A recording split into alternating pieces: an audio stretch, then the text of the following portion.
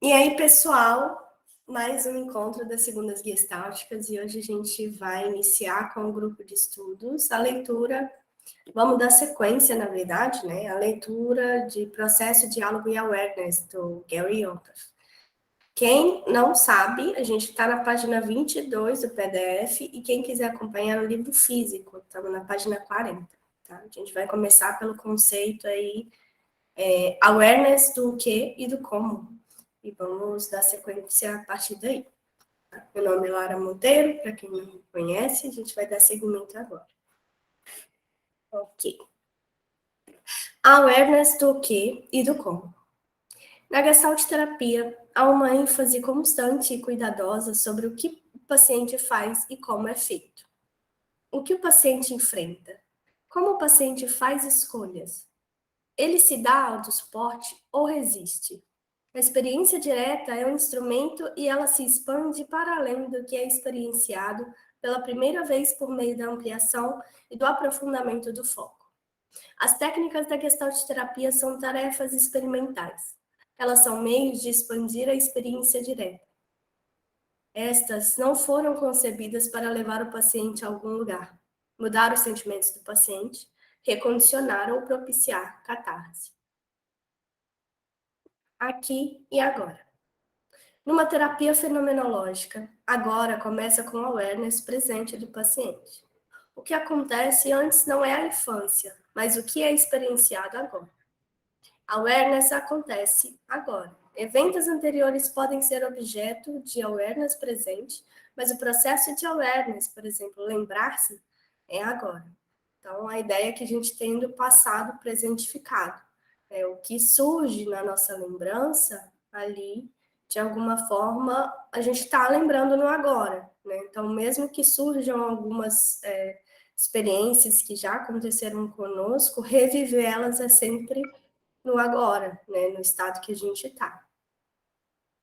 Agora eu consigo contatar o mundo à minha volta. Ou agora eu posso contatar memórias.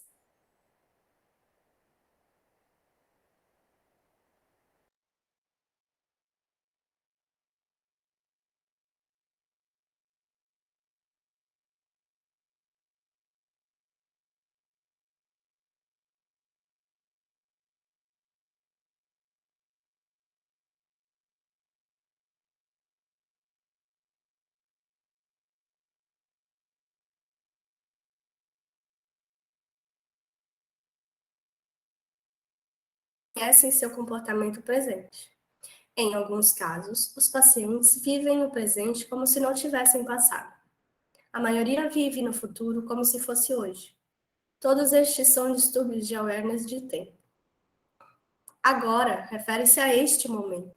Na hora da terapia, quando os pacientes se referem à sua vida fora dessa hora, ou antes dessa hora, não é o agora. Na Gestalt terapia, orientamos mais para o agora do que qualquer outra forma de psicoterapia. Experiências de alguns minutos, dias, anos ou décadas atrás, que têm importância presente, são abordadas. Tentamos deixar de falar a respeito para a experienciação direta. Por exemplo, falar com uma pessoa que não está presente, em vez de falar a respeito dela. Mobiliza mais experiência direta de sentimentos. Aqui poderia dar um exemplo da cadeira vazia, né? Da pessoa sentar, não, então, você tem algo, né? Tem alguma mágoa, algum ressentimento dessa pessoa? Então, falamos com ela a respeito do que você sente, né? Na Gestalt terapia, essa metodologia do eu e do tu, o que e como, aqui e agora, é usada frequentemente para trabalhar as psicodinâmicas desenvolvimentais e caracterológicas. Por exemplo, uma paciente de 30 anos está na fase intermediária de uma terapia de grupo. Ela afirma estar muito chateada com o homem do grupo. Uma abordagem gestáltica legítima e frequente é: diga isso a ele. Ou o terapeuta tem outra conduta. T. Você parece não somente chateada, mas deve haver algo mais. P. Parece interessado. P.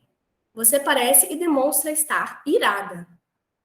P. Eu estou, e eu gostaria de matá-lo. T. Você parece sentir-se impotente.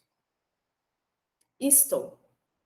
A impotência comumente acompanha a ira. Você está impotente para fazer o quê? Não consigo fazê-lo me perceber.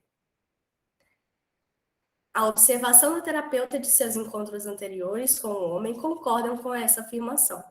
E você não aceita isso. E ela diz: não.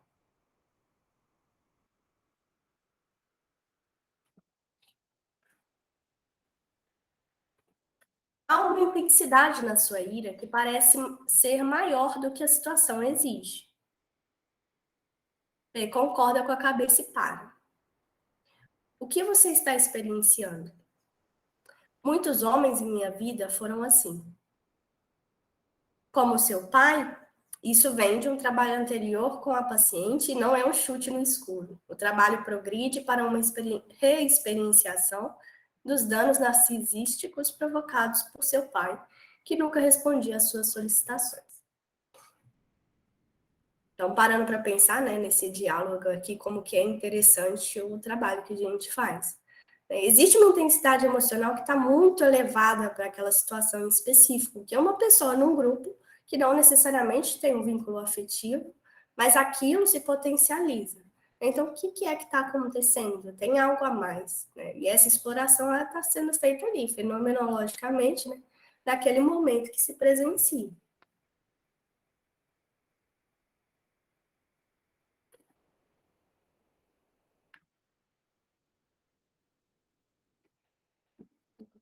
Processo da psicoterapia. A Gestalt terapia provavelmente tem a maior variedade de estilos e modalidades do que qualquer outro sistema. Ela é praticada em terapia individual, em grupos, workshops, com casais, com famílias e com crianças.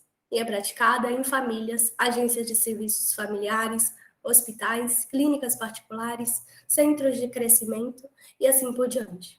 Os estilos em cada modalidade variam drasticamente em muitas dimensões: grau, tipo de estrutura, quantidade e qualidade de técnicas usadas, frequências das sessões, facilidade e dificuldade de se relacionar, foco no corpo, cognição, sentimentos, contato interpessoal, conhecimento de e trabalho com temas psicodinâmicos, grau de encontro interpessoal e assim por diante. Todos os estilos e modalidades da Gestalt terapia têm em comum princípios gerais que estivemos discutindo: ênfase na experiência direta e na experimentação, fenomenologia, uso do contato direto de presença pessoal, existencialismo dialógico, e ênfase nos conceitos de campo do que e do como e do aqui e agora. Dentro desses parâmetros, as intervenções se desenvolvem de acordo com o contexto e a personalidade do terapeuta e do paciente.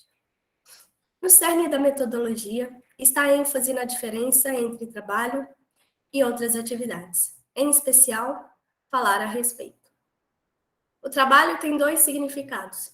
Primeiro, trata-se de um compromisso disciplinado, voluntário e deliberado de usar o awareness fenomenologicamente focada para aumentar a clareza e a abrangência da vida de cada um.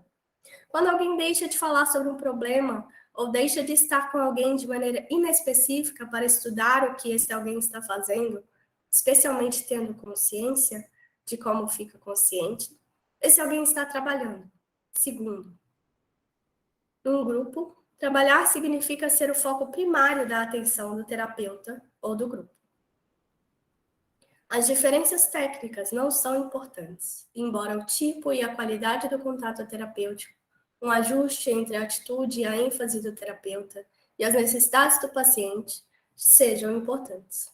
Técnicas são apenas técnicas. A metodologia geral, o relacionamento e a atitude são aspectos vitais.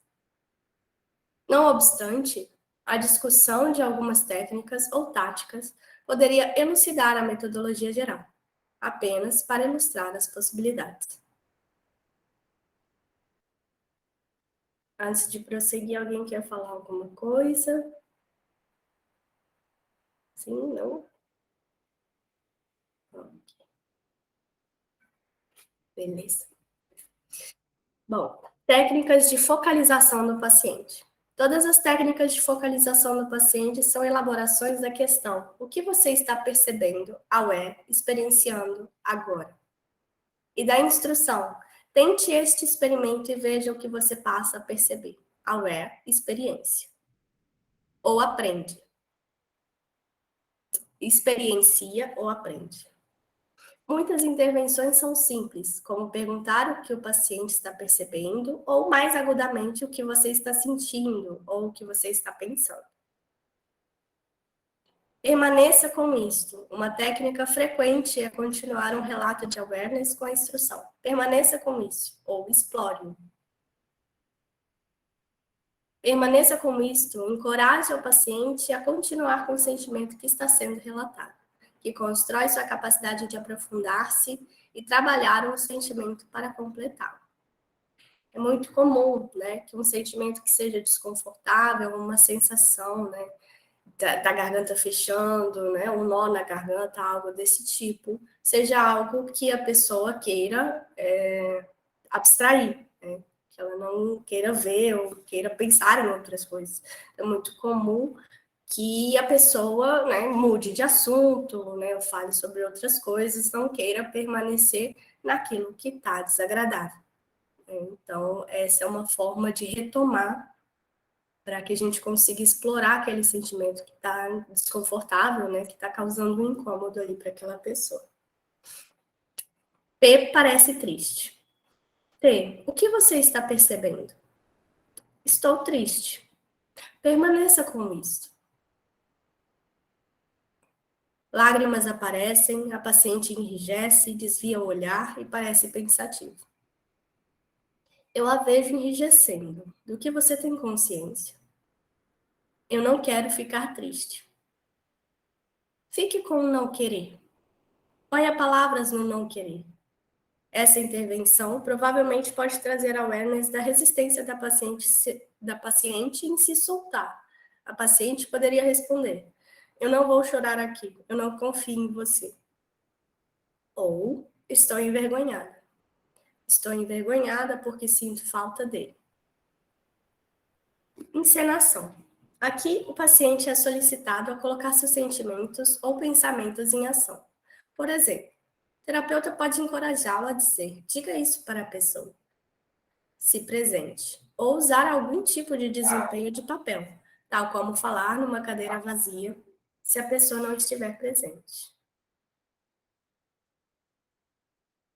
Muito bom também. Marta disse que uma outra possibilidade de falar seria respira isso que você acabou de vivenciar.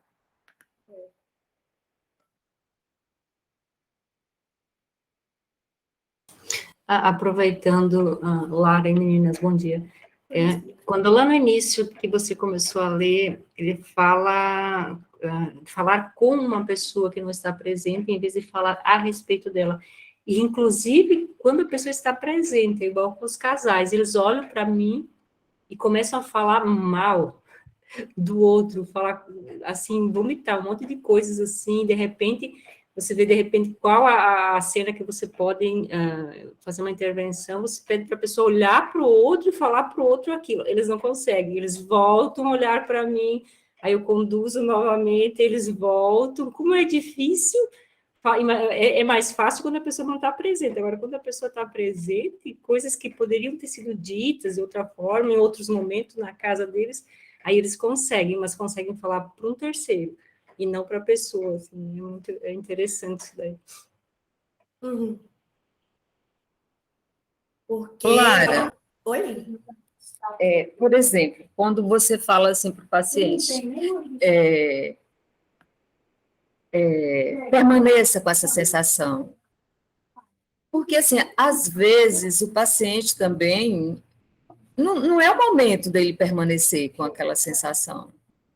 Não seria interessante você perguntar para ele ou não? Você quer continuar com essa sensação? Fale dela e, assim, você quer continuar? Tu sabe que eu sou nova na Gestalt, né? Assim, eu estou aprendendo. Então, meu percurso foi sempre da psicanálise, na psicanálise, né? Então, Eu não sei, eu fiquei pensando assim, como é que é? Você fala para ele permanecer ou você fala para ele permanecer e se você percebe que ele não está dando conta de sustentar, sabe, né, essa sensação, você fala, sei lá, e começa, né, deixa e faz outra intervenção. O que você acha? Como é que é isso? É muito difícil, na verdade, a gente pensar na possibilidade de interpretar o que a outra pessoa está sentindo, principalmente na questão de terapia, né? O que eu vejo nessa situação é que a pessoa sempre vai querer evitar o desconforto. Então, se a gente dá a oportunidade dela dizer se ela quer permanecer ou não, ela vai sempre, na maioria das vezes, dizer que não quer sentir aquilo que ela está experimentando.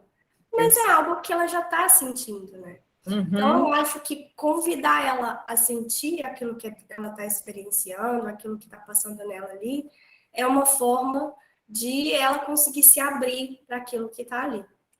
Então, se a gente pergunta, acaba que muitas vezes a pessoa, se ela já está querendo evitar o desconforto, ela já vai, não, eu não quero falar Você sobre isso corta, né? agora. Parece que você interrompe, né, essa sensação, né, essa oportunidade dela olhar para isso, né, também quando você pergunta, né? E uma forma dela permanecer nisso e da gente conseguir explorar mais seria esse convite, né? Me dizer, fica nisso, me fala como é, coloque palavras nisso, porque aí ela vai integrando, né? Assimilando, na verdade, o que está acontecendo ali naquele momento com ela. Porque é difícil, muitas vezes, até para pessoas mais reflexivas principalmente, de sentir o que está acontecendo no corpo. Eles querem evitar, né? Eles querem fugir, eu não quero falar sobre isso. Então, bonita essa cadeira aqui no consultório, né? Ah, nossa, que bonito o seu quadro. E eles vão falar sobre outras coisas, tentando suprimir ou extinguir aquele incômodo que está passando ali com elas. E essa é uma forma da gente olhar para isso, né? E ela se abrir para a oportunidade de experimentar aquilo que ela está vivenciando. Entendeu? Então, acho que é válido a gente perguntar, sim, né? E dizer, na verdade, para ficar, experimenta como é e tudo mais. Se a pessoa realmente não estiver dando conta, ela diz que não está dando conta. Né? Diga, Maria. É o frustrar da gestalterapia. Né? É claro que nós estamos jogando luz. Se você joga uma luz inadequada, ela, ao invés de clarear e iluminar, né, aquela pessoa para que ela possa perceber, a luz, em exagero, inadequada, ela pode cegar, certo? Né? Então, é como eu penso, sim, Lara, é isso, esse é o pulo do gato. Não tem como, por mais que a gente estude isso, da gente reproduzir o momento. Se eu estiver falando de qualquer reprodução de um atendimento, que eu lembrasse de alguma coisa, né? Como lembro nesse momento, que me ocorreu, por exemplo, semana passada, né? Eu estaria sempre falando sobre, né? É isso, a gente na hora, por isso que ele fala muito da personalidade, do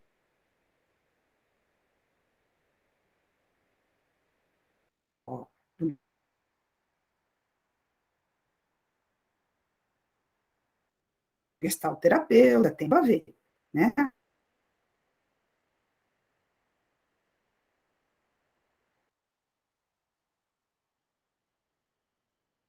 A nossa linha é uma linha de acolhimento e de frustração.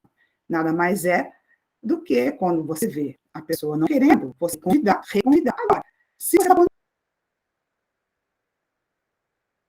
de discernimento, talvez não seja o momento daquilo, pode ser o momento de outra coisa. Né? Então, agora, aqui, se eu contribuir com a minha experiência, né? Consegui ouvir uma parte do que você trouxe, Maria, mas... Tá muito complicado, eu não vou mais, não dá para falar, cara. Hoje eu vou levar meu notebook para consertar à tarde, não sei o que se trata. Tá muito ruim, tá difícil até de participar, eu vou sair aqui. Não precisa sair. Sempre são muito válidas as suas falas. Né?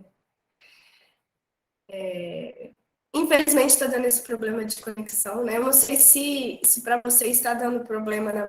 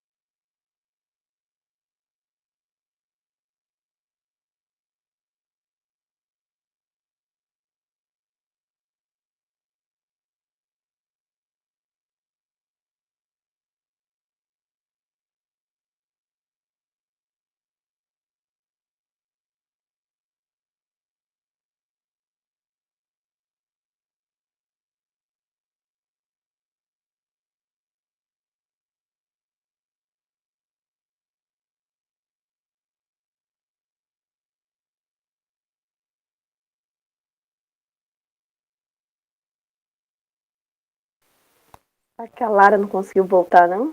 Será que caiu? Eu acho que não. Vamos aguardar mais um pouquinho, né? Mas Mas eu acho que Vanusa, que são elas duas que estão com esse problema de conexão, né? Porque tem porque eu, o áudio. Porque o áudio de Lara também tem Agora uma eu hora tô que estava ouvindo. caindo. a Maria voltou. Eu acho que é só a Laura. Na verdade, o meu tá oscilando, sabe, moçada? Uhum. Tá oscilando, assim. Então, por exemplo, eu falei alguma coisa sobre, né, o que a Lúcia perguntou, e eu soube ao final que eu tinha sido escutada parcialmente. Difícil, né?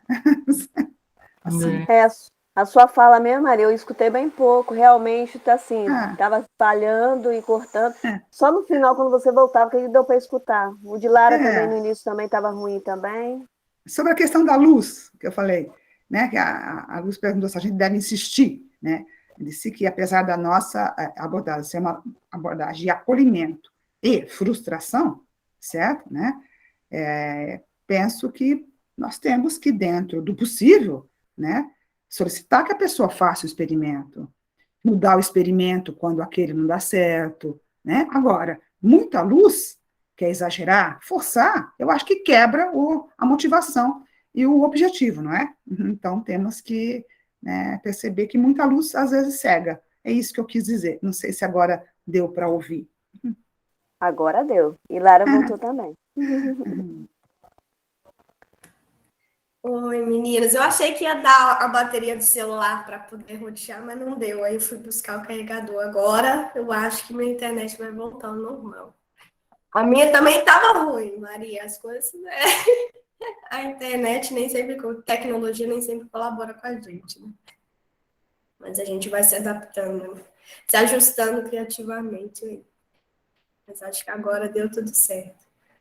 Mas isso eu tinha escutado, sim, Maria. Eu peguei o restinho, né, da sua fala, que é importante que a gente, né, avalie o nível da nossa intervenção também, né? O nível de sofrimento da pessoa, quando ela está sentindo e tudo mais. Dê a oportunidade dela experimentar, permanecer naquilo. Se ela não estiver dando conta também, né? Se para ela for algo extremamente doloroso, a gente pontuar para que, né, retome algum outro assunto, né? Sinalizar que a gente está percebendo algo, percebendo que ela está em sofrimento, ou que ela está desconfortável, dizer para ela explicar, mas sempre nesse nível, né? De não colocar luz demais para não cegar. Então é importante que a gente esteja atento a isso, sim, né? No sentido de olhar para a nossa experiência e tá o feeling, né? Na verdade, dentro do setting terapêutico, para a gente identificar se está apropriado ou não a intervenção que a gente fizer ali naquele momento. E acaba que isso a gente vai pegando com a prática também, né? Com a relação com aquela pessoa que a gente está também, né? Como que isso vai sendo construído ao longo do tempo.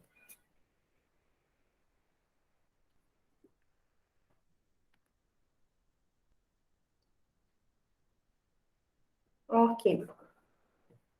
Ponha palavras nisto é outro exemplo. Pode-se pedir ao paciente que está com lágrimas nos olhos. Ponha palavras nisto. A encenação pretende ser um caminho para aumentar a awareness, não uma forma de obter catarse. Ela não é um remédio universal. Exagerar é uma forma especial de encenação. Uma pessoa é solicitada a exagerar um pensamento, um movimento, um sentimento e etc., a fim de sentir a visão encenada ou fantasiada com mais intensidade, embora artificial. Encenar em forma de movimento, som, arte, poesia, etc., pode tanto estimular a criatividade como ser terapêutico. Por exemplo, um homem que esteve falando de sua mãe sem esboçar nenhuma emoção foi solicitá-la a descrever. Da descrição veio a sugestão de mover-se como ela o faz. Ao adotar sua postura e movimento, sentimentos intensos vieram à sua awareness. Fantasia dirigida. Às vezes, é mais eficaz o paciente trazer uma experiência para o aqui e agora, visualizando-a, do que encenando-a. P. Eu estava com minha namorada ontem à noite. Eu não sei como isso aconteceu, mas fiquei impotente. O paciente dá mais detalhes e alguma história. Feche seus olhos e imagine que é ontem à noite, e você está com seu namorado. Diga sem reservas o que você experiencia a cada momento. Estou sentado no sofá, minha garota está ao meu lado e eu fico excitado. Então amoleço. Vamos voltar a isso novamente em câmera lenta, com mais detalhes.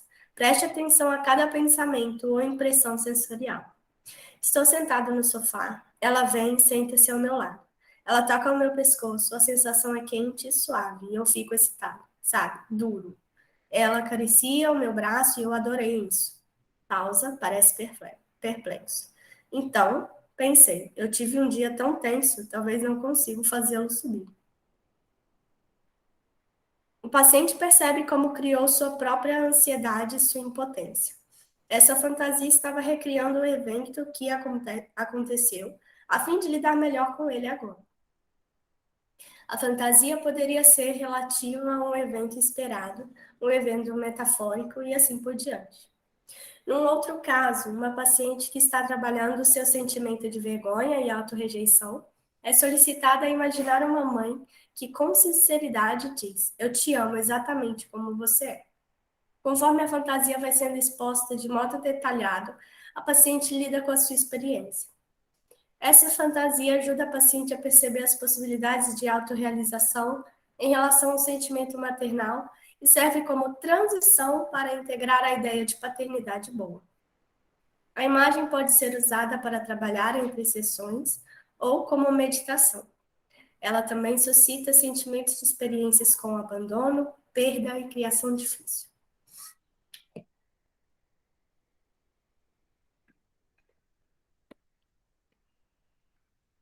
Técnicas de soltura e integração. Com frequência, o paciente está tão restrito a seu modo de pensar que possibilidades alternativas não conseguem chegar ao awareness. Isso compreende mecanismos tradicionais, tais como os de negação ou de repressão, mas também fatores culturais e pedagógicos que afetam o seu modo de pensar. Uma técnica é pedir que ele imagine o oposto do que quer e seja considerado verdade. As técnicas de integração juntam processos que o paciente não reúne ou ativamente separa, cisão. Pode-se pedir ao paciente que coloque palavras num processo negativo, como tensionar, chorar ou num tique. Ou quando o paciente relata um sentimento verbalmente, isto é, uma emoção, ele pode ser solicitado a localizá-lo em seu corpo. Um outro exemplo é pedir-lhe para expressar sentimentos positivos e negativos em relação à mesma pessoa.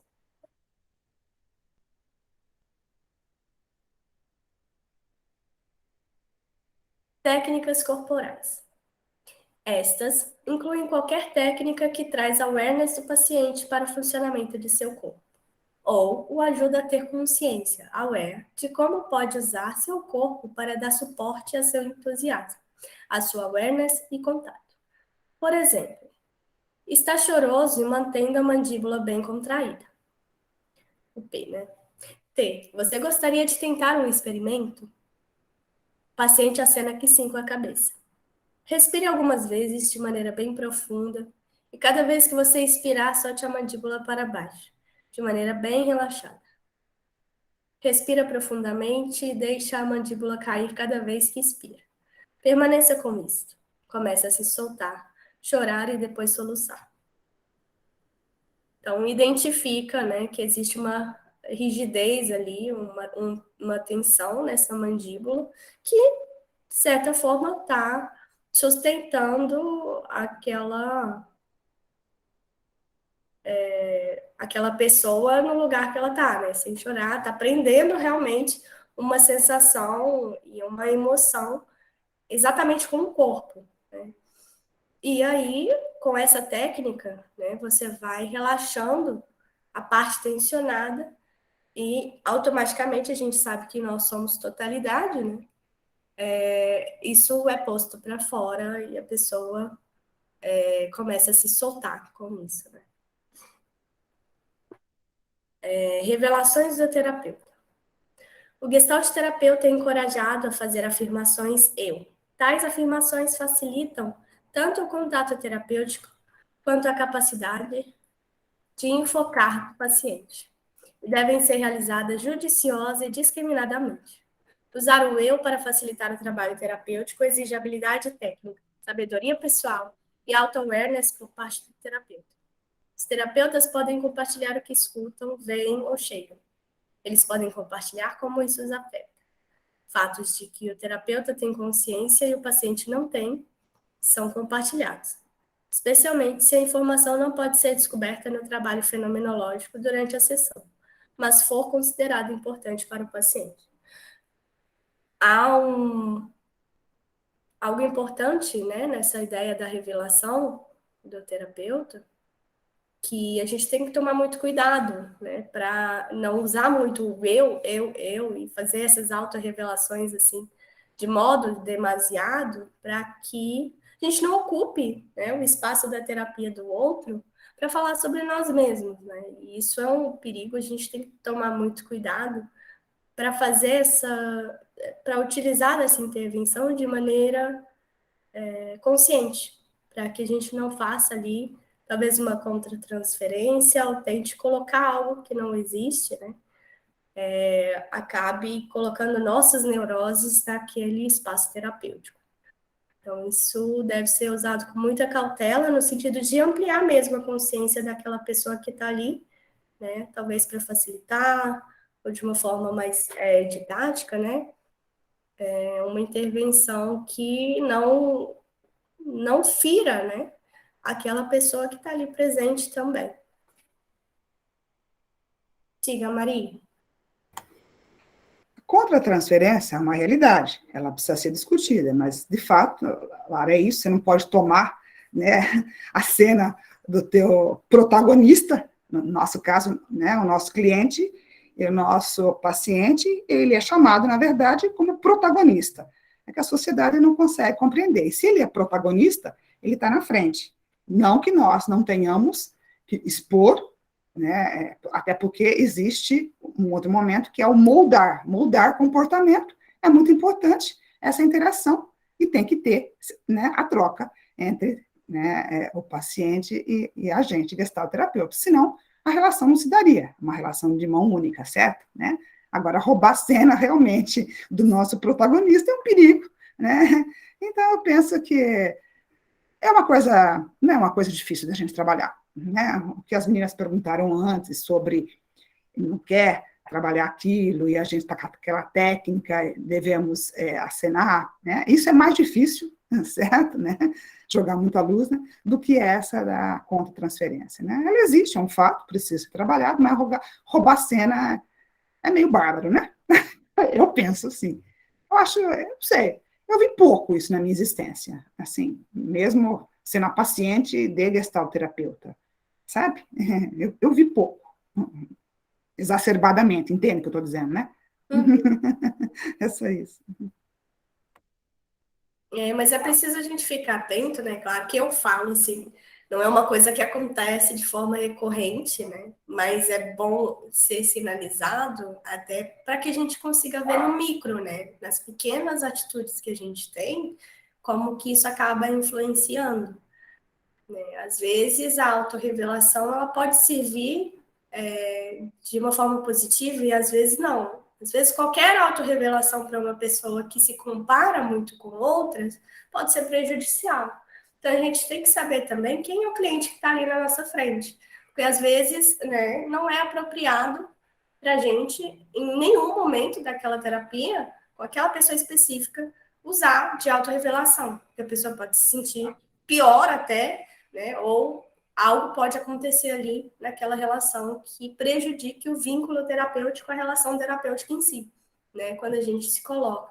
Então, é realmente só uma sinalização, né, para a gente ter cuidado em quais momentos a gente vai colocar essa autorrevelação, para ver se ela vai ser apropriada, vai agregar realmente no processo terapêutico da pessoa, ou vai fazer com que ela se sinta pior. Então, isso a gente tem que estar atento.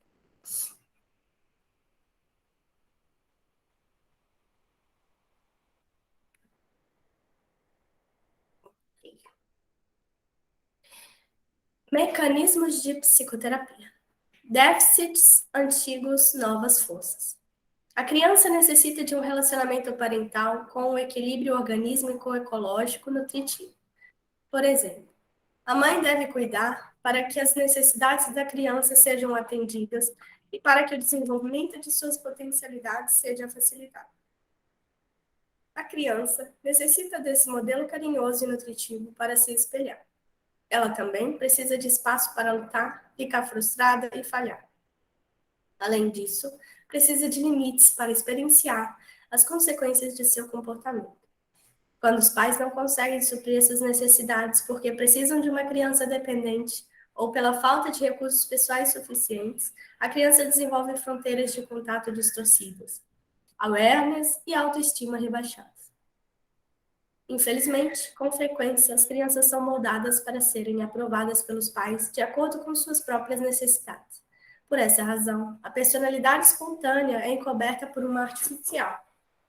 Outras crianças passam a acreditar que podem ter as suas próprias necessidades atendidas por outros, sem consideração pela autonomia dos outros, o que acaba resultando na formação de impulsividade e não de espontaneidade. Os pacientes necessitam de um terapeuta que se relacione por meio de um bom contato, saudável, nem perdendo o self por indulgência com o paciente, à custa de trabalho ou da exploração, e nem criando ansiedade, vergonha e frustração excessivas, por não ser respeitoso, carinhoso, receptivo, direto e honesto. Os pacientes que iniciam uma psicoterapia com awareness de suas necessidades e potencialidades diminuída, resistindo em vez de apoiar seu self organísmico, estão sofrendo. Eles tentam conseguir que o terapeuta faça por eles aquilo que acham que não podem fazer por si mesmo. Quando o terapeuta aceita essa situação, não aceitam nem integram o seu potencial perdido nunca desenvolvido. Portanto, continuam sem conseguir operar com autorregulação organísmica e ser responsáveis por si próprios. Eles não procuram descobrir se têm a força de existir de forma autônoma, porque o terapeuta preenche as suas necessidades sem o fortalecimento de sua awareness ou da fronteira do eu. Isso é muito importante para a gente parar para pensar, para que a gente não acabe sendo a muleta do paciente, né? Do cliente, no caso. Porque as pessoas, elas buscam alguém para sustentar, né?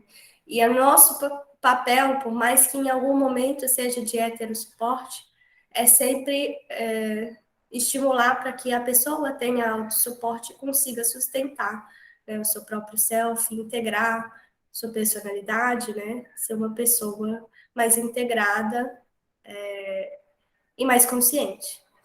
Então, o nosso papel, ele não deve nunca ser o de sustentar ali uma dependência daquele cliente com a gente, né? Mas sempre de promover a consciência, né? Para que as pessoas consigam enxergar as suas próprias questões e não para que a gente seja uma pessoa que seja a pessoa que revela aquilo para eles. Até porque na Gestalt terapia a gente usa da fenomenologia justamente para que a pessoa perceba o próprio processo. Então, dentro do processo de psicoterapia, tem que existir a possibilidade, então, de a pessoa ter essa consciência por si mesma, né? Por mais que em algum momento seja necessário que a gente seja um suporte, porque a pessoa não tem recursos suficientes, ou porque ela tem um sofrimento profundo, ou seja lá o que esteja passando, num primeiro momento, da gente sempre convidar, né, e da gente sempre sustentar a ideia de que a pessoa tem potencial de seguir a sua vida, né, sem precisar de alguém ali para sustentar esse lugar. Diga, Marta. Eu gosto muito dessa a proposta da Gestalt, que é, se eu falo para a pessoa o que ela tem que fazer, é como se eu dissesse assim, meio que brutamente, que ela não tem condições de fazer, né? E uma coisa assim que é muito, deixa eu ver minha câmera aqui, uma coisa assim que é muito perceptível, com a pouca experiência que eu tenho, mas assim, eu já consigo perceber como há um melhor comprometimento quando a pessoa faz as escolhas, porque é muito comum, às vezes, perguntarem o que eu faço, aí às vezes uma vez ou outra eu já devolvi aquela frase de Pierce que ele fala assim, o que você quer que eu te responda? Quando a pessoa pergunta assim, né, quando a gente sente nessa relação que dá para falar isso, mas é justamente isso, há um maior comprometimento quando alguém escolhe. Se eu perguntar, Lara, o que eu faço? E você me disser, Marta, faça isso, isso, isso, é a mesma coisa de você me dizer, Marta, você não consegue fazer isso, que eu tenho que te falar. E eu acabo nem fazendo. Então, assim, desculpem a comparação, mas eu gosto eu tenho outra profissão, né, e a gente tinha, por conta da empresa, muito em palestras motivadoras, com coachings, e aí você saía de lá assim, nossa, você ia mudar o mundo, mas tive que comprar o livro lá no final, né? Então, assim, no dia seguinte, você baixava um pouquinho, há uma semana você não fazia mais nada daquilo que você aprendeu. Por quê? Porque era como tire tudo o que você sabe da tua vida, da tua história, da tua cabeça, das tuas crenças limitantes e coloque tudo aquilo que eu falei e aquilo que está no livro. Aí vocês vão conseguir alguma coisa. E a gente travava, parava aí e não tem. E agora, na psicologia, eu fui ver como esse processo é interessante. Tem que partir de mim, né? Tem que partir do meu paciente, do meu cliente, senão não tem comprometimento. Uhum. Como que a pessoa se responsabiliza pela própria escolha se ela não escolhe, né? Então, a gente se colocar nesse lugar de diretividade, dizer o que a pessoa tem que fazer, acaba que ela se desresponsabiliza também. E qualquer coisa, você não vai poder nem falar, mas não fui eu que falei isso, né? Não fui eu que pedi para você fazer isso. Não. Na verdade, você está ali se responsabilizando, né? Quando você faz algo desse tipo, pela vida do outro, porque você deu um conselho, né? Você disse alguma coisa que é para aquela pessoa fazer, ou o que tira também a autonomia dela, né? De tomar as decisões por si própria. Então, isso é um perigo mesmo, da gente se colocar, e não necessariamente só em terapia, né? Em outros contextos também. Quando a gente diz o que a pessoa precisa fazer, ou como que a gente acha que ela deve fazer, a gente está tirando toda a possibilidade dela decidir por si mesma, né? E dizendo, você não é capaz de decidir sozinho, em outras palavras, né? Então é preciso que a gente tome cuidado aí com isso que a gente acaba reproduzindo em alguma instância, né?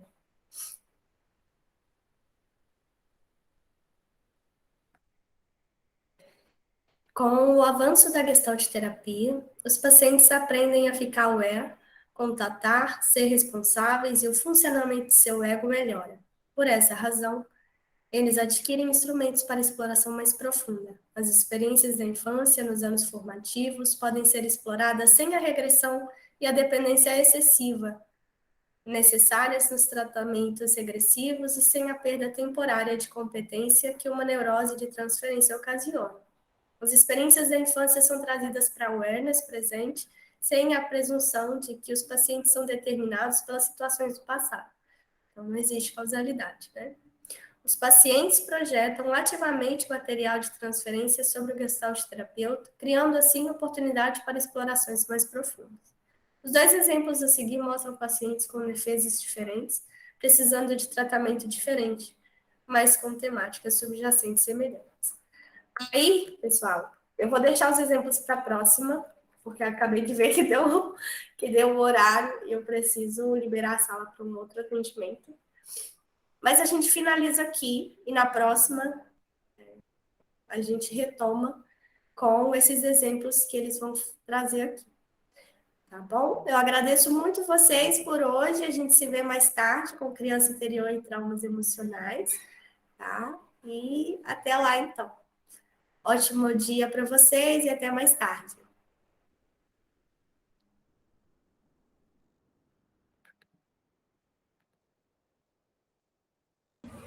Obrigada, Lá.